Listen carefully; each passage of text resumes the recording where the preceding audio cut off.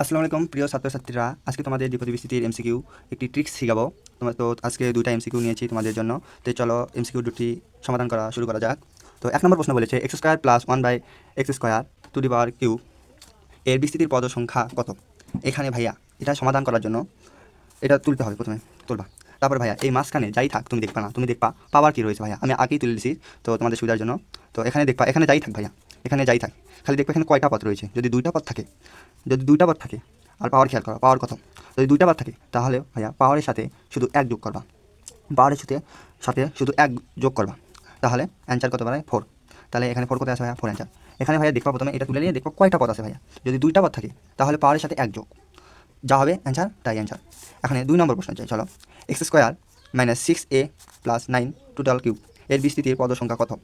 এখানে ভাইয়া এখানে কী করবা বলো তো, তোমাদের কী বলেছি, প্রথমে এটা তুলবা, তারপরে পাওয়ার দেবা, তারপরে দেখবা ভাইয়া প্রথমে খেয়াল কয়টা পদ, এখানে কয়টা পদ আছে সেটা খেয়াল করবো আমরা। একটা, দুটা, তিনটা, রাশির ভিতরে কয়টা পদ আছে, তিনটা পদ আছে। তাহলে আমরা তখন কী শিখেছি, আমরা তখন কী শিখেছি ভাইয়া, পাওয়ার কত, পাওয়ার 3 প্লাস 1, পাওয়ারের সাথে এক যোগ শিখেছি তখন। কিন্তু এখানেও কিন্তু 4 আছে, কিন্তু এটা হবে না ভাইয়া, এটা ভুল, এটা চলবে না। এখানে পদ কয়টা, এখানে পদ 3টা, আর এখানে পদ ছিল দুটার ক্ষেত্রে পাওয়ারের সাথে এক যোগ, তাহলে সেটা অ্যান্সার। কিন্তু এখানে পদ 3টা ভাইয়া, তাহলে এখানে হবে না। এই তিনটার জন্য, পদ 3টার জন্য তোমরা পাওয়ার দেখবা, আর পদ 3টা, পদ কিন্তু খেয়াল করতে হবে 3টা। এই 3টা যদি না খেয়াল করো তাহলে 2টা সূত্র দিতে হবে না। এখানে 3টার জন্য হবে 2n প্লাস 1।